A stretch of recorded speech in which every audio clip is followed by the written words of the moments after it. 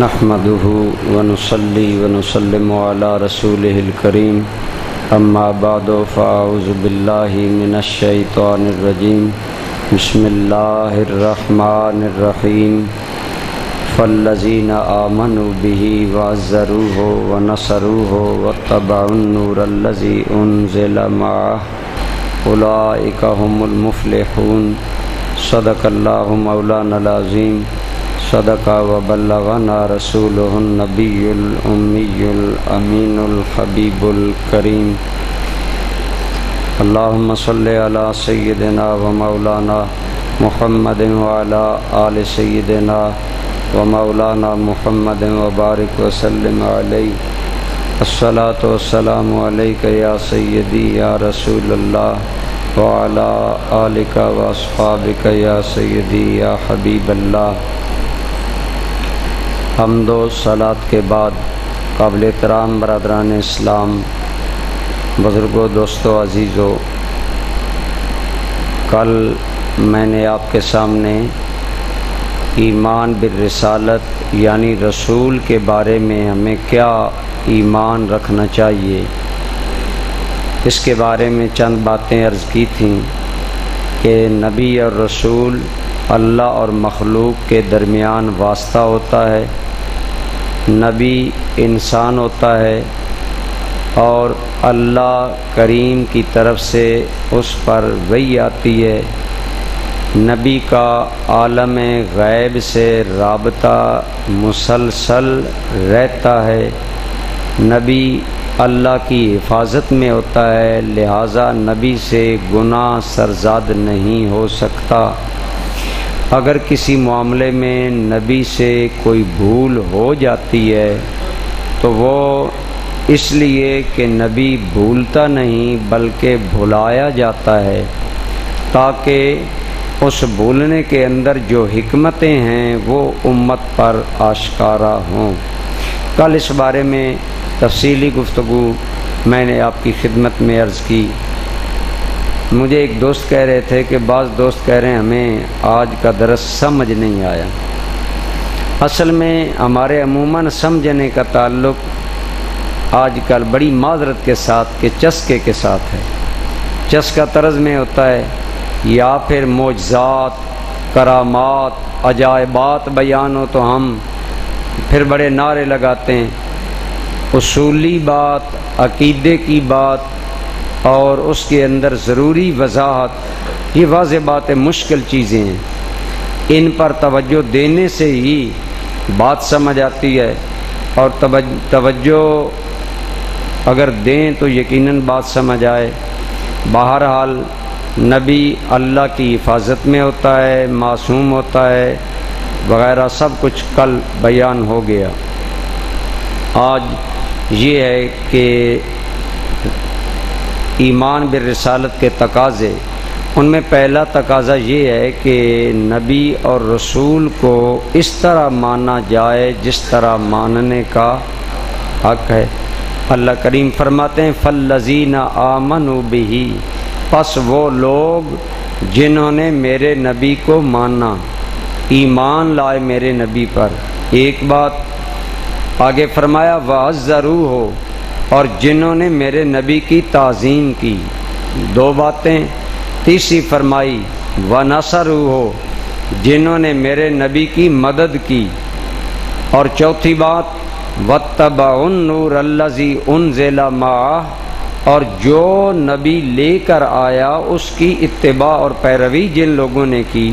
یہ چار کام جن لوگوں نے کیے، رب کریم فرماتا ہے اولئک هم المفلحون، یہی وہ لوگ ہیں جو دونوں جہانوں میں کامیاب ہیں۔ کامل کامیابی انہی کا مقدر ہے جنہوں نے یہ چار کام کیے۔ پہلا کیا ہے؟ نبی کو ماننا، نبی پر ایمان لانا۔ بولیے نبی پر ایمان کیا لانا؟ کہ یہ اللہ کا نبی ہے، اللہ کا نمائندہ ہے، اللہ کا رسول اور قاصد ہے، اللہ کی طرف سے آیا ہے، لہذا جو اللہ کی طرف سے آیا ہے واضح بات ہے وہ عام مخلوق اور اللہ کے درمیان واسطہ، وسیلہ اور رابطہ ہے۔ لہذا اس لیے نبی پاک صلی اللہ علیہ وسلم کو اس طرح ماننا جس طرح ماننے کا حق ہے کہ اوپر سے نہ مانا جائے، دل سے مانا جائے اور ان کے اس مقام کو مانا جائے کہ یہ اللہ کے نبی ہیں، اللہ کے نمائندے ہیں۔ تو برادران ذی قدر، سرکار کو ماننے کے بارے میں کل میں نے تھوڑی ساتھ وضاحت کی تھی کہ نبی سارے چونکہ انسان ہیں، لہذا انہیں بشر اور انسان ماننا چاہیے، اور انسان مخلوق ہے، خدا کا بیٹا یا خدا کا شریک یا خدا کا ساجی نہیں ہے۔ لہذا نبی کریم صلی اللہ علیہ وسلم اور دیگر انبیاء کو ہمیں انسان اور بشر ماننا چاہیے اور انہیں اللہ کا نمائندہ ماننا چاہیے، لیکن چونکہ ان پر وحی آتی ہے لہذا اللہ تعالیٰ انہیں بنایا تو انسان ہے، لیکن انسان ہونے کے ناطے اللہ نے انہیں کچھ خاص صفتیں عطا کر دی ہیں جو عام انسانوں میں نہیں ہوتی۔ لہذا نبی کو اسی زاویہ پر ماننا چاہیے۔ اپنے برابر اگر نبی کو مانا جائے تو کافروں کو یہی مغالطہ لگا کہ انہوں نے کہا ما انتم الا بشر مثلنا، تم بھی تو ہماری طرح انسان ہو، ہم تمہیں کیوں مانیں؟ اللہ نے فرمایا نادانو، ان کا انسان ہونا کوئی جرم ہے؟ انسان ہونا تو شرف ہے، انسان ہونا تو عزت ہے۔ لہذا بعض ان کافروں نے اس لیے نبیوں کا انکار کیا کہ یہ ہماری طرح بشر ہیں، انہوں نے بشر بھی ماننا اور اپنی طرح ماننا۔ اور قرآن میں یہ بات ہمیں ملتی ہے کہ نبیوں کو اللہ کریم نے، بلکہ خود نبی کریم صلی اللہ علیہ وسلم کی زبان پاک سے رب نے اعلان کروایا، قل، اے میرے حبیب اعلان فرما دیں، انما انا بشر مثلکم، میں تو تمہاری طرح ایک انسان ہی ہوں، لیکن ایسا انسان ہوں کہ یوحا الیہ، میرے پاس میرے رب کی وہی آتی ہے۔ اس سے ایک بات یہ پتہ چلی کہ اللہ نبی اور رسول انسانوں میں سے، بشروں میں سے بناتے ہیں، لیکن عام نہیں، جنہیں چن لیتے ہیں، جنہیں چن لیتے ہیں۔ تو جب اللہ چن لیتا ہے تو پھر وہ عام نہیں رہتا، کیا ہو جاتا ہے؟ خاص ہو جاتا ہے۔ جب خاص ہو جاتا ہے تو پھر ہماری طرح ہے نہیں۔ دوستان گرامی قدر، مفسرین نے بالاتفاق کہا ہے کہ انبیاء انسان ہیں، انسانیت کے تقاضوں میں ہماری طرح ہیں، لیکن اوصاف میں نبی صرف ایک بات میں ہماری طرح ہے کہ نبی بھی خدا نہیں اور ہم بھی خدا نہیں۔ باقی باتوں میں اللہ تعالیٰ نے انبیاء کرام کو اعجاز، شان اور عزت بخشی ہے۔ لہذا اس لیے نبی کو انسان جاننے کے باوجود اپنے لیول پر نہیں ماننا چاہیے، بلکہ ہر انداز میں انہیں اپنے سے اعلیٰ ماننا چاہیے۔ اس سلسلہ میں کیا صحابہ کرام کے سامنے یہ آیت نہیں تھی کہ صحابہ بھی کہتے نبی ہماری طرح بشر ہیں؟ تو اس بارے میں بھی علماء نے فرمایا کہ انبیاء کرام کے بارے میں زبان کھولتے ہوئے بھی ادب کو مد نظر رکھنا چاہیے۔ کیا کرنا چاہیے؟ ادب کو مد نظر رکھنا چاہیے۔ لہذا انسان سمجھتے ہوئے نبی کے کمال کو مد نظر رکھنا چاہیے اور محض اپنی طرح بشر اور انسان کہہ کر نظر انداز نہیں کر دینا چاہیے۔ بخاری شریف کی حدیث ہے، حضور نبی کریم صلی اللہ علیہ وسلم جو عمل حضور کرتے نا، صحابہ شدید کے حریص تھے کہ نبی پاک کی پیروی کریں۔ ہماری طرح صحابہ نہیں تھے کہ کل پرسوں بھی میں نے کہا ہم لوگ استاذ، عالم، پیر اور ماں باپ سے محبت تو کرتے ہیں، بات نہیں مانتے۔ محبت کا دعویٰ کرتے ہیں کہ ہمیں اللہ سے محبت ہے، اللہ کے رسول کے سے محبت ہے، اپنے مرشد سے محبت ہے، لیکن بات نہیں ہم مانتے، عمل نہیں کرتے۔ بہت سے لوگ ہمارے ساتھ محبت کرتے ہیں لیکن ہمارے مشن میں نہیں آتے، کہتے ہیں جی ہمیں آپ سے بڑا تعلق ہے، بڑی محبت ہے، بہت جتاتے ہیں، لیکن ہم زیر لب مسکراتے ہیں کہ اگر آپ کو ہم سے تعلق ہوتا تو آپ کو ہمارے مشن سے بھی کوئی تعلق ہوتا۔ کبھی آپ ہمارے تبلیغی ماہانہ اجتماع میں آتے، کبھی ہمارے درس میں آتے، کبھی آپ دارالعلوم کے ساتھ تعاون کرتے، لیکن ہم لوگ عموماً صحابہ میں یہ بات تھی، جو بات حضور کو کرتے دیکھا فوراً اپنا لیں۔ صحابہ نے دیکھا نبی پاک صلی اللہ علیہ وسلم روزے رکھ رہے ہیں اور روزے لگاتار رکھ رہے ہیں۔ سحری کو روزہ رکھا، ہم شام کو روزہ کھول دیتے ہیں، حضور نہیں کھولتے، کوئی چیز نہیں کھاتے پیتے، اگلا روزہ جاری، اگلا روزہ جاری۔ سرکار کریم صلی اللہ علیہ وسلم اس طرح لگاتار روزے رکھنے لگے، صحابہ نے بھی روزے رکھنے شروع کر دیے۔ اب انسان نہ کھائے نہ پیے کتنے دن آدمی گزارا کر سکتا ہے؟ چند دن گزرے، صحابہ پر نکاحت، رنگ زرد، اعضاء کمزور، سرکار نے فرمایا ما لی ارا علیکم الذوق، کیا وجہ میں تمہیں کمزور دیکھ رہا ہوں؟ یا رسول اللہ آپ بھی لگاتار روزے رکھتے ہیں، شام کو افطار نہیں کرتے، ہم بھی لگاتار روزے رکھ رہے ہیں۔ تو نبی کریم صلی اللہ علیہ وسلم نے صحابہ کرام کو ایک بات کی، آپ جاگ رہے ہیں، ہے نا توجہ؟ یہ بھی ہمیں شکوہ ہے کہ آپ سونا بھی شروع کر دیتے ہیں۔ چلو انہوں نے اچھا کیا، بجلی کھینچ لی، آپ ٹھنڈک میں سوئیں گے نہیں، ذرا جاگ کر بیٹھ۔ حضور اب صحابہ حضرت علی، حضرت صدیق اکبر، حضرت عمر، حضرت عثمان غنی، یہ لوگ حضور کے صحابہ موجود ہیں۔ جب حضور نے دیکھا نا صحابہ میری طرح لگاتار روزے رکھتے ہیں، تو حضور نے جو سوال کیا بخاری شریف میں، آپ نے فرمایا ایکم مثلی، کون ہے تمہارے اندر جو میری طرح ہو؟ اب صحابہ کہہ سکتے تھے یا رسول اللہ قرآن میں آیا ہے کہ آپ ہماری طرح بشر ہیں، کہہ سکتے تھے نا؟ کیا صحابہ قرآن کے عالم نہیں تھے؟ حضور پوچھ رہے ہیں تم میں کون ہے جو میری طرح ہو؟ صحابہ خاموش ہیں، نہیں بولے۔ فرمایا ہر معاملے میں مجھے اپنی ذات پر قیاس نہ کیا کرو، ابھی تو عند ربی یطعمنی و یسقینی، میں رات اپنے رب کے حضور میں گزارتا ہوں، وہی مجھے کھلاتا ہے، وہی مجھے پلاتا ہے۔ اب بتائیں کھانا پینا روزے کے خلاف نہیں ہے؟ بولیں، بندہ کھا لے روزہ ٹوٹ جاتا ہے رہتا ہے؟ حضور فرماتے ہیں میرا رب مجھے کھلاتا ہے، میرا رب مجھے پلاتا ہے۔ تو صحابہ نے یہ تو نہیں کہا یا رسول اللہ کھانے پینے سے تو روزہ ٹوٹ جاتا ہے۔ صحابہ سمجھ گئے کھاتے مصطفیٰ بھی ہیں، کھاتے ہم بھی ہیں، ہمارا کھانا اور ہے، مصطفیٰ کا کھانا اور ہے۔ ہم خود کھاتے ہیں، انہیں خدا کھلاتا ہے، ہمارے کھانے سے روزہ ٹوٹ جاتا ہے، مصطفیٰ کے کھانے پینے سے روزہ نہیں ٹوٹتا۔ صحابہ سمجھ گئے، اور یہ نہیں کہا کہ یا رسول اللہ ہم آپ کی طرح ہیں۔ گویا صحابہ کرام رضوان اللہ علیہ مجمعین انہیں انسان اور بشر مانتے ہوئے، کیونکہ یہ تو عقیدے کی بات ہے کہ نبی انسان ہوتا ہے، یہ مانتے ہوئے نبی کی عظمت کو سمجھ گئے کہ رسول اللہ کا کھانا اور ہے، ہمارا کھانا۔ آج جو بے باک مولوی ہو جاتے ہیں نا توحید کے گمان میں، وہ ممبر پر یہ کہتے نظر آتے ہیں نبی بھی کھاتا ہے ہم بھی کھاتے ہیں، نبی بھی شادی کرتا ہے ہم بھی شادی کرتے ہیں، نبی بھی پیتا ہے ہم بھی پیتے ہیں، ان کے بھی دو پیر ہمارے بھی۔ تو کیا یہ منطق ایک اور یہ گردان ایک ادب والے امتی کی ہے یا برابری کرنے والے ایک اس ذہن کی ہے جس ذہن کے اندر بغاوت ہے؟ صحابہ نہیں جانتے تھے، گویا صحابہ سمجھ گئے ہمارا کھانا اور ہے، رسول اللہ کا کھانا اور ہے، انہیں اللہ کھلاتا ہے، اللہ پلاتا ہے۔ اسی لیے آپ نے کل سنا ہمارا سونا اور ہے، رسول کا اور نبی کا سونا۔ ہم سوتے ہیں ہمیں خواب آتا ہے، خواب غلط ہو سکتا ہے، نبی کا خواب غلط نہیں ہو سکتا، نبی کا خواب وحی الہی ہوتا ہے۔ ہم سو جائیں ہمارا وضو ٹوٹ جاتا ہے، نبی سو جائے نبی کا وضو بحال رہتا ہے۔ ہم سو جائیں ہمارا بدن ناپاک ہو سکتا ہے، رمضان کے مہینے میں ناپاک ہو سکتا ہے، مسجد کے اندر ناپاک ہو سکتا ہے، لیکن نبی کو کبھی یہ اطلاع نہیں ہوتا، نبی کا کبھی سونے میں بدن پاک نہیں ہوتا۔ کیوں؟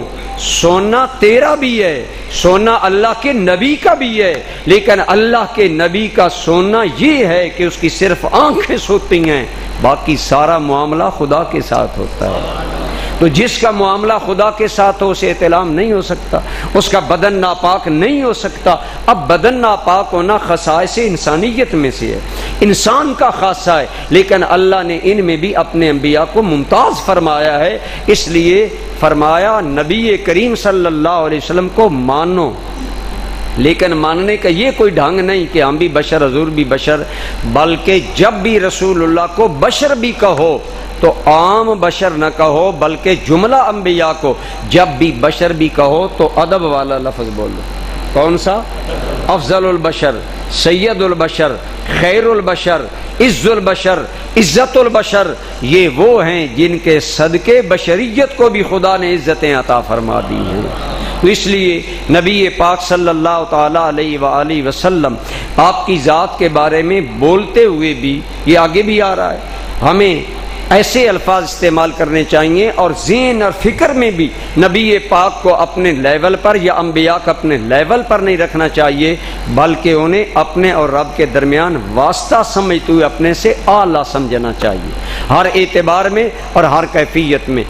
صحابہ کرام فرماتے ہیں حضور قضاء حاجت کے لیے گئے، ایک صحابی کہتے ہیں میں وہاں گزرا تو میں نے وہاں گندگی میں سے کوئی بھی چیز نہیں پائی، بلکہ وہاں صرف مجھے خوشبو نظر آئی۔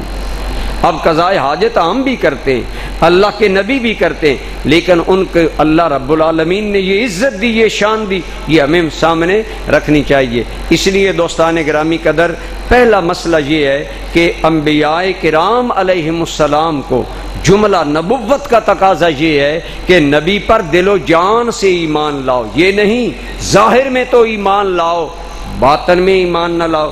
منافق حضور کے پاس آتے، قرآن کریم میں آتا ہے نا سورہ منافقین، اذا جاءک المنافقون قالوا نشہد انک لرسول اللہ، منافق آتے اور کہتے آپ اللہ کے رسول ہیں، ہم مانتے ہیں۔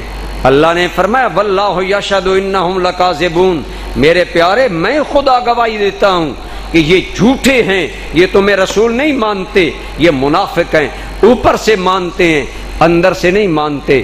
مالک کیوں نہیں مانتے؟ آپ سورہ منافقون پڑھیں، منافقوں کی جو علامتیں ہیں ان علامتوں میں یہ ہے کہ وہ رسول اللہ کو دل سے نہیں مانتے تھے، بلکہ بدبختوں کو جب بھی گستاخی کا کوئی موقع ملتا فوراً زبان کھول دیتے۔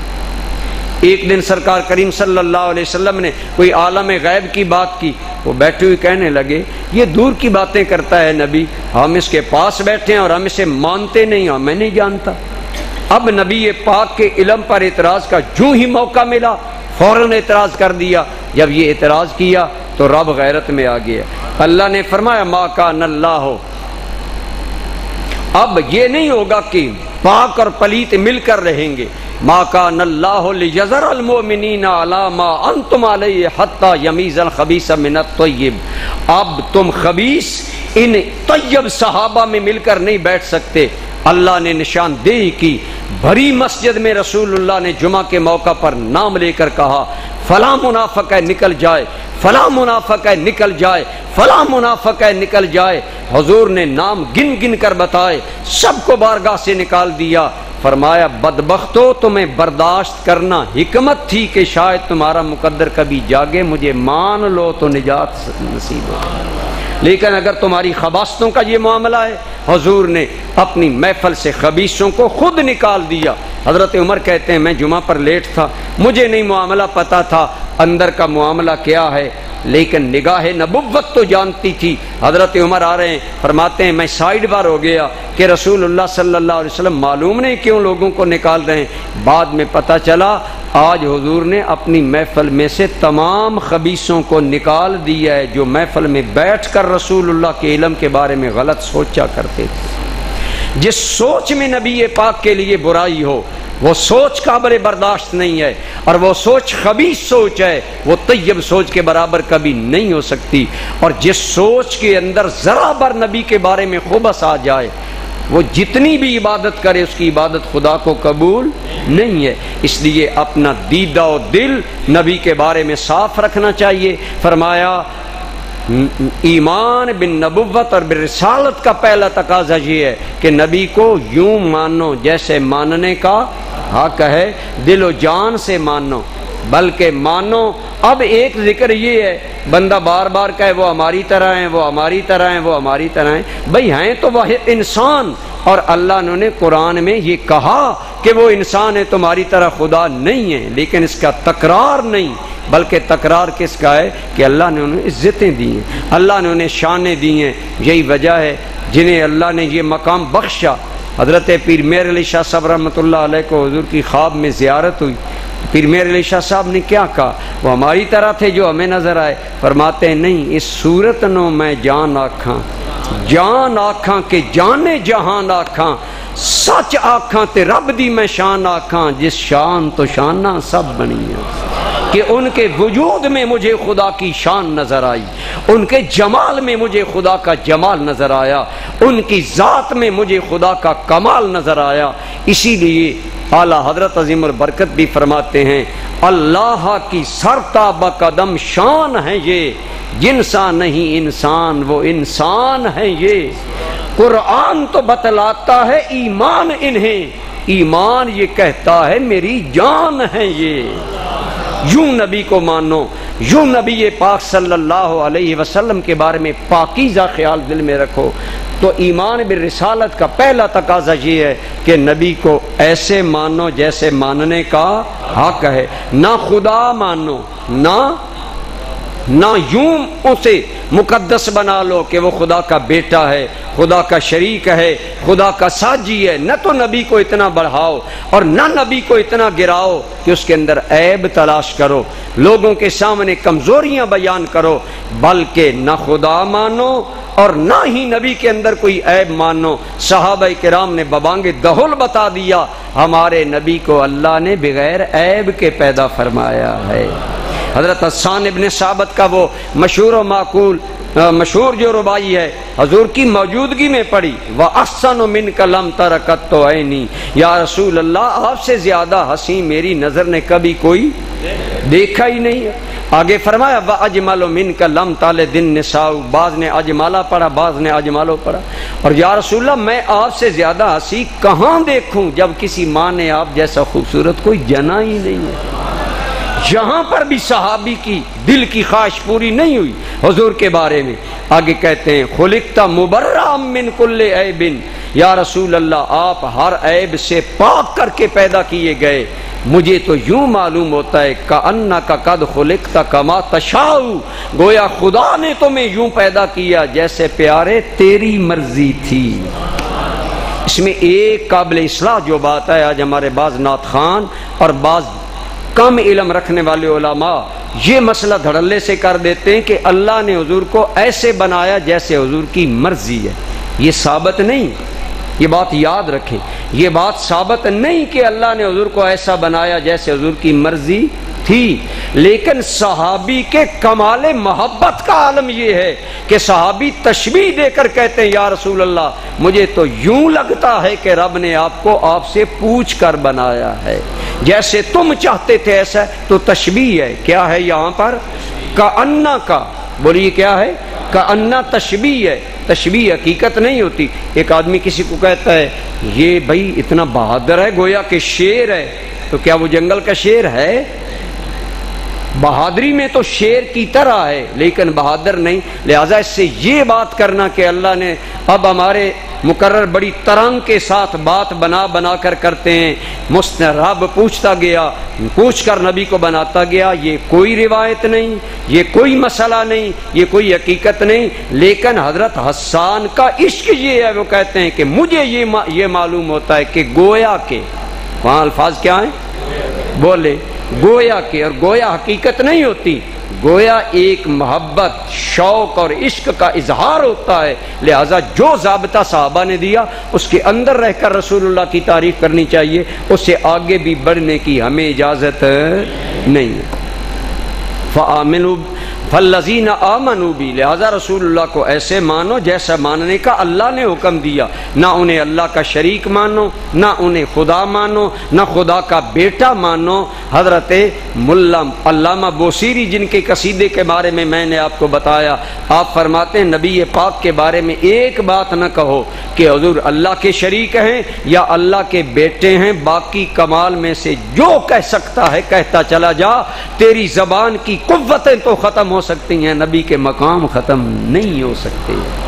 ہمارا یہی عقیدہ ہے، ہم رسول اللہ کو نہ خدا سمجھتے ہیں، نہ خدا کا شریک سمجھتے ہیں، نہ خدا کا ساجی اور بیٹا سمجھتے ہیں، نہ خدا کا پرتو سمجھتے ہیں۔ ہاں یہ ضرور سمجھتے ہیں کہ اللہ نے اپنے محبوب کے حسن کو اپنے حسن کا پرتو بنایا ہے، جو خدا رسول خدا کے حسن کو دیکھتا ہے اسے اللہ رب العالمین کی قدرت کا، اللہ کی شان کا اندازہ ہوتا ہے، اور وہ بے ساختہ کہہ اٹھتا ہے کہ اے دنیا والو، دل سوچتی ہے دل میں دنیا مصطفیٰ کو دیکھ کر، وہ مصور کیسا ہوگا جس کی یہ تصویر ہے، جس کی تصویر اتنی خوبصورت ہے، وہ مصور کتنا خوبصورت ہوگا، وہ اللہ کتنی قدرتوں والا ہوگا۔ تو رسول اللہ کو ماننے میں خدا کی اس شان کا اظہار سامنے رکھنا چاہیے۔ آگے دوسری بات فرمایا وَعَزَّرُوهُ، رسالت کا تقاضا یہ ہے کہ نبی کی تعظیم کرو۔ کیا کرو؟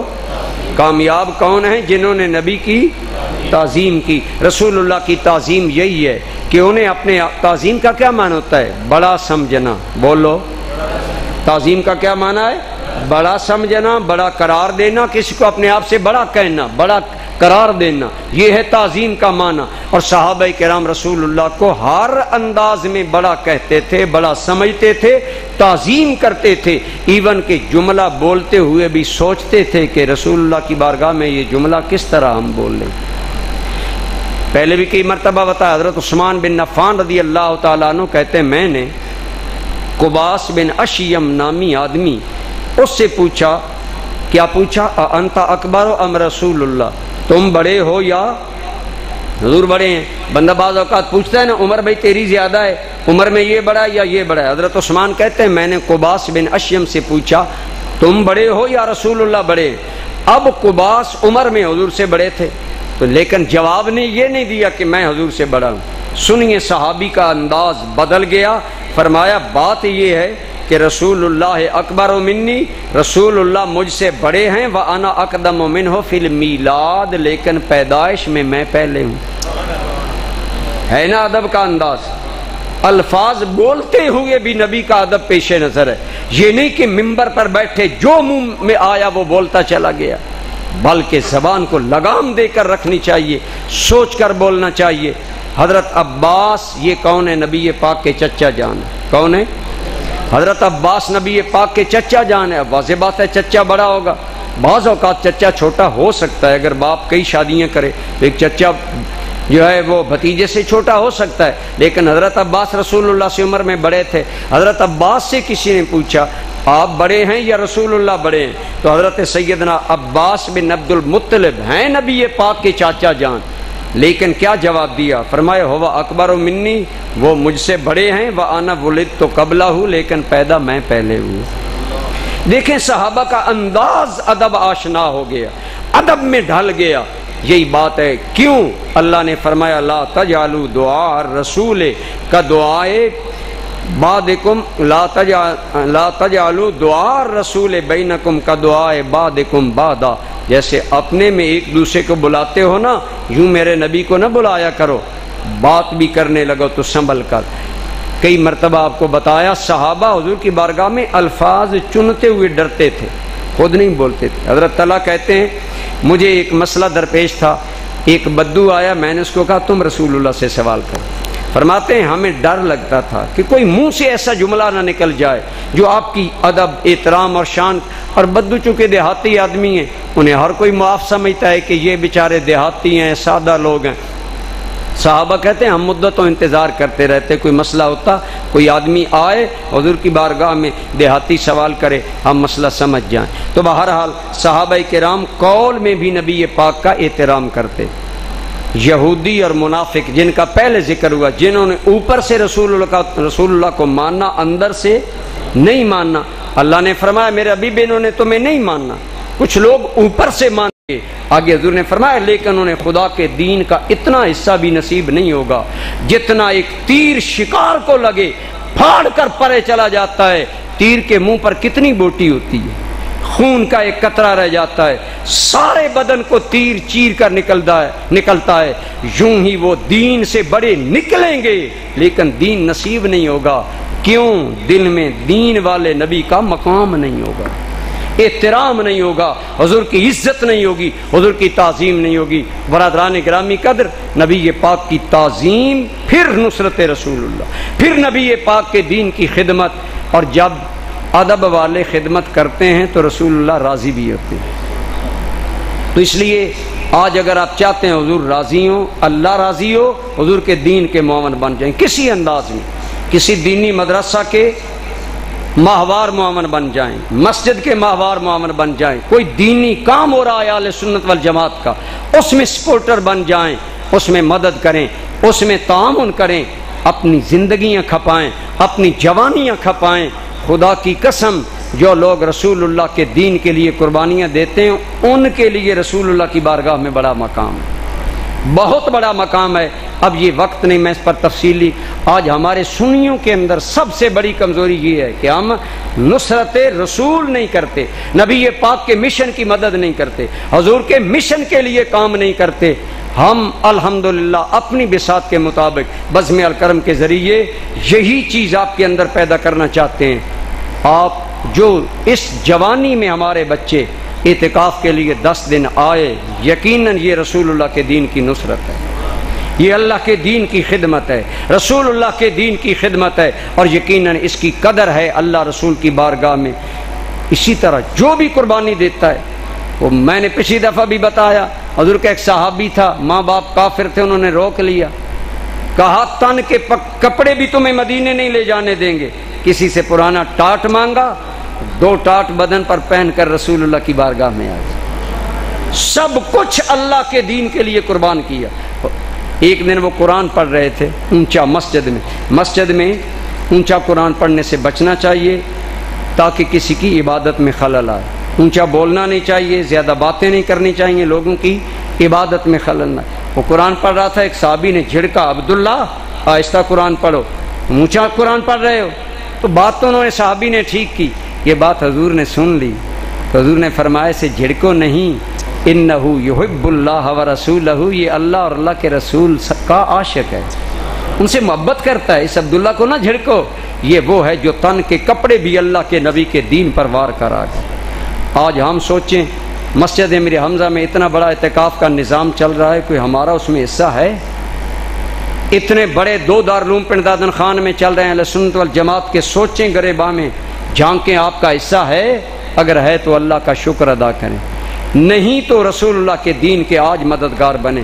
ہم سنی لوگ دین کا کام نہیں کرتے، سستی کرتے ہیں، جس کا نتیجہ یہ ہوتا ہے کہ ہمارا دن بدن دینی حوالے سے ہم کمزور ہوتے جاتے ہیں۔ خدا را آئیے، ہمیں اللہ نے ساری عزتیں حضور کے دین کے صدقے عطا کی، ہماری ساری عزتیں حضور کے نام سے۔ اقبال نے کہا تھا آبروئے مازنا میں مصطفیٰ، ہماری ساری عزتیں رسول اللہ کے نام کی وجہ سے۔ در دل مسلم مقام مصطفیٰ است، آبروئے مازنا میں مصطفیٰ۔ خدا کی قسم نام مصطفیٰ کی عزت کا تمہیں اس وقت پتہ چلے گا جب لوگ قیامت کے دن بلا اٹھیں گے، عرض کریں گے مالک حساب کتاب لے، رب حساب کتاب لے گا۔ مالک اگر ہم نیک ہیں تو جنت دے، رب فرمائے گا ٹھہر جاؤ، جنت میں سب سے پہلے میرا یار جائے گا یا میرے یار کی امت جائے گا؟ حضور فرماتے ہیں جنت میں میں نبیوں سے پہلے جاؤں گا، میری امتوں سے پہلے جائے گا۔ ہمارے اندر کیا سرخاب کا پار ہمیں لگا ہے، ہمیں پہلے جنت میں داخل کیا جائے گا، وہاں عزتیں ملیں گی، حضور کی امت کے چہرے جگمگائیں گے، ہاتھ جگمگائیں گے، پاؤں جگمگائیں گے، لیکن ان کے جگمگائیں گے جو بے نماز ہیں، جنہوں نے کبھی نماز کا نام نہیں لیا، مسجد کا دروازہ نہیں دیکھا۔ یا رسول اللہ، جب حوض کوثر پر غلام ٹوٹ ٹوٹ کر آئیں گے لاکھوں کی صورت میں، میدان محشر میں ہر طرف اندھیرا ہوگا، یا رسول اللہ آپ ہمیں کیسے پہچانیں گے؟ صحابہ کرام کو فکر ہوئی، فرمایا گھبراؤ نہیں، وضو کرنے کے لیے جو آزاد ہوتے ہو رب انہیں نور عطا فرما دے گا، تمہارے چہرے جگمگا رہے ہوں گے۔ حضور کے امتی وہاں بھی انوکھے اور نرالے ہوں گے۔ شاہ نصیر الدین نے کیا ہی خوب کہا تھا، آنکھ نور چہروں میں، نور آنکھوں میں تو چہروں پہ اجالے ہوں گے، مصطفیٰ والوں کے انداز نرالے ہوں گے، نبی کا بن کر مر، قیامت میں بھی عزتیں ملیں گی۔ ہمیں ساری عزتیں حضور کے نام سے ملی، آج ہمیں حضور کے دین کا کام نہیں کرنا چاہیے، صرف مولوی کریں۔ عموماً بیچارے سنیوں کے مولوی پستے رہتے ہیں، عوام ساتھ نہیں دیتی۔ خدا را اپنے اندر احساس پیدا کریں، اپنے علماء کے دست و بازو بنیں، اور جو آج رسول اللہ کی مدد کرتا ہے، اے حضور کے دین کی مدد کرتا ہے، حضور نے فرمایا وہ میری مدد کرتا ہے۔ اور آخری بات واتبعوا النور الذی انزل معہ، اس نور کی پیروی کرو جن لوگوں نے اس نور کی پیروی کی جو رسول اللہ لے کر آئے، وہ لوگ کامیاب ہیں۔ وہ نور کیا ہے؟ وہ نور قرآن ہے۔ بولیے کیا ہے؟ تو ہم قرآن کا نور حاصل کر رہے ہیں۔ ہم تو رمضان میں نیا قرآن خریدتے ہیں، بڑی قیمتی چولی چڑھاتے ہیں، مسجد میں رکھ جاتے ہیں، مسجد والوں تم پڑھو، ہم نے نہیں پڑھنا۔ میں نے اگلے دن بھی کہا الماریاں کھولو، بھری پڑی ہیں۔ پھر عجیب بات، قرآن وہ رکھتے ہیں جو پڑھنے کے قابل نہیں ہو، یعنی ان کی انتہائی باریک لکھائی ہوتی ہے۔ خدا را اگر قرآن رکھنا ہی ہے، آج مسجدیں انتظامی اتنی غریب نہیں ہیں کہ قرآن نہ لے سکیں۔ پہلی بات تو یہ خود پڑھیں، خود کیوں نہیں پڑھتے؟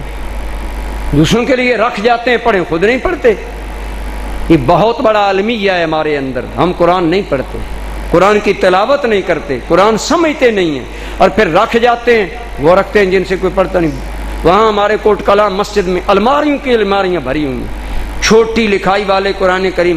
اب سمجھ لیا میں نے باپ کی ساری زندگی کا بڑا اجر دے دیا، ایسا قرآن مسجد میں رکھ آیا جو اینک کے بغیر پڑھا نہیں جا سکتا، اور خود کبھی پڑھا نہیں ہے۔ خود کیوں نہیں پڑھتے؟ آپ قرآن پڑھیں۔ حضرت عیسیٰ علیہ السلام گزر رہے تھے، ایک قبر والے کو عذاب ہو رہا تھا، آپ گزر گئے۔ اللہ کا معاملہ اللہ کے بندے کا اللہ جاننے۔ حضرت عیسیٰ واپس آئے، پھر نظر پڑی تو دیکھا قبر والے کو ثواب مل رہا ہے، اس کی قبر جنت کا باغ بنا ہوا ہے۔ تو پتہ چلا تیری اور میری نظر قبر سے اندر نہیں دیکھتی، نبیوں کی نظر دیکھ سکتی ہے۔ عرض کیا یا اللہ میں گیا، معاملہ اور تھا، اب معاملہ اور ہے، ذرا بتا سکتا ہے یہ کرم کیوں ہوا؟ فرمایا عیسیٰ جب یہ بندہ مرا نا، اس کی بیوی حاملہ تھی، اس نے بیوی کو وصیت کی اگر میرے بعد بچہ ہو یا بچی، آسمانی کتاب کی تعلیم دلانا جب بولنے کے قابل ہو۔ اے میرے پیغمبر، اپنے گناہوں کی وجہ سے یہ عذاب میں گرفتار تھا، تیرے جانے کے بعد اس کا بچہ بالغ ہوا، اس کی بیوی اسے وہاں لے گئی، آسمانی کتاب میں سے اس نے اسے بسم اللہ پڑھائی۔ مجھے حیا آتی ہے جس کا گناہوں سے پاک بچہ مجھے رحمان رحیم کہے، میں اس کے باپ کو عذاب دوں، میں نے اس کے باپ کے گناہ معاف فرما دیے۔ خود پڑھنا قرآن، تیرے ماں باپ کو ثواب ملے۔ قرآن مسجد میں رکھے گا، قرآن مدرسے میں رکھے گا۔ میں یہ نہیں کہہ رہا کہ آپ نہ دیں، اگر دینے ہو مدرسہ یا مسجد میں قرآن تو وہ دیں جو پڑھے جائیں، اور وہ عموماً اچھی چھپائی والا قرآن، موٹے الفاظ والا قرآن، خوبصورت ورق والا، اور عموماً 16 سطروں والا قرآن کریم چل رہا ہے ضیاء القرآن کے چھپے ہوئے۔ پھر مشنری آپ سنی لوگ نہیں ہیں، خریداری اپنے بندوں سے نہیں کرتے، غیروں سے ہم لوگ کرتے ہیں۔ بہرحال قرآن فرمایا وہ لوگ کامیاب ہیں جو اس نور پر عمل کریں گے جو میرا نبی نور لے کر آئے، اور وہ نور کیا ہے؟ بولیے، اونچے بولیں، قرآن۔ تو عمل تو وہ کرے گا جسے قرآن کا ترجمہ آتا ہو۔ ہمیں قرآن کا ترجمہ آتا ہے؟ آج ہمارے معاشرے کے کتنے لوگ ہیں جنہیں قرآن کا ترجمہ آتا ہے؟ میں یہ بارہا آپ کے دل کے دروازے پر دستک دیتا ہوں، چلو قرآن تو دور کی بات ہے، نماز کا ترجمہ ہمیں آتا ہے؟ اگر نہیں آتا تو مسجد میرے حمزہ میں 10 دن اعتکاف کریں، ہم آپ کو یاد کروا دیں گے۔ اور یہ موقع آپ کو دیا گیا کہ آئیں، سیکھیں دین، پڑھیں دین۔ ہمیں نماز کا ہی پتہ نہیں۔ میں کہتا ہوں دوست کا میسج آئے نا یا فون آئے، بات نہ سمجھ آئے، دوڑ کر باہر نکلتا ہے، جی سگنل نہیں ہے ذرا ٹھہرنا، اور جب تک دوست کی بات سمجھ نہ آئے سکون نہیں آتا۔ حیرت ہے دوست کا فون آئے، دوست سے بات چیت ہو رہی ہو، سمجھنا ہے، کہتے جی سمجھ نہیں آ رہی، بات نہیں ہو سکی۔ بھائی دوست سے بات کرتے ہوئے سمجھنا آئے تو تمہیں سکون نہیں ملتا۔ اپنے رب سے ساری زندگی نماز کرتے ہوئے باتیں کرتا ہے لیکن ترجمہ پتہ ہی نہیں۔ کیا ہماری مسلمانی ہے؟ کس طرح کے ہم مسلمان ہیں؟ ہم مسلمان آج دنیا داری کے ہو کر رہ گئے۔ فرمایا کامیاب لوگ وہ ہیں جنہوں نے نبی پاک کے نور پر عمل کیا، وہ نور قرآن ہے۔ قرآن پڑھیں، سمجھیں، عمل کریں۔ حضور کی شریعت نور ہے، بولیے حضور کی شریعت۔ ہم جانتے ہیں یہ کام نبی پاک کو ناپسند ہے، ہم پھر بھی وہ کرتے ہیں۔ ہمیں پتہ ہے نماز نہ پڑھنا نبی پاک کو ناپسند ہے، بولیے ہے ناپسند کہ نہیں؟ لیکن ہم پھر بھی نماز نہیں پڑھتے۔ حضور کو پتھر مارے گئے، دندان مبارک شہید کیے گئے، رخسار پاک زخمی کیا گیا، حضور نے کافروں کو بد دعا نہیں دی۔ اگر کبھی انہیں ہلاکت کی دعا دی ہے تو اس وقت جب انہوں نے جنگ خندق میں رسول اللہ کی 3 نمازیں ضائع کروائیں. گویا جان سے بھی پیاری حضور کو نماز ہے، اور آج تو حضور کا عاشق بھی ہے اور نماز بھی نہیں پڑھتا. کہتا ہے میں رسول اللہ کا بڑا عاشق ہوں اور کبھی مسجد کا دروازہ تک نہیں دیکھا. ہمارے محلوں کے محلے مسلمانوں کے بھرے پڑے ہیں. میں آپ سے پوچھتا ہوں، چلو انہیں تو پتہ نہیں کہ نماز اتنی ضروری ہے، کبھی آپ نے اپنے پڑوسی کو کہا کہ آپ نماز پڑھیں؟ اور اگر کہتے ہیں تو سنجیدگی سے نہیں کہتے، سنجیدگی سے اس کے پاس جائیں، اسے بتائیں بے نماز کا ٹھکانہ جہنم ہے، آپ نماز نہیں پڑھیں گے آپ جہنم میں جائیں گے. خدا کا قرآن کہتا ہے جہنم میں جائے گا بے نماز، میں نہیں کہتا. ناراض نہ ہوں بے نماز لوگ کہ قریشی صاحب ہمیں جہنمی کہہ رہے ہیں. قرآن کہتا ہے کہ بے نماز کا ٹھکانہ جہنم ہے. ہمارا بھائی جہنم میں جا رہا ہے اور ہمیں ہے کوئی احساس؟ فرمایا کامیاب کون ہے؟ جو رسول اللہ کے نور پر عمل کریں گے، جو رسول اللہ کی پیروی کریں گے. صحابہ کرام کی پیروی کا معاملہ کیا؟ رات ہوئی، ابھی صبح ہوئی، حضور نے فرمایا فلاں جگہ پر کافر مد مقابل آ گئے، جلدی کرو نکلو جہاد کے لیے. یہ اعلان مدینہ بھر میں ہوا، مدینہ بھر میں ہوا. حضور کا ایک نوجوان صحابی ہے، خنزلہ نام ہے، شادی ہوئی اور آج جو رات گزری یہ رات شب زفاف تھی، پہلی شادی کی رات.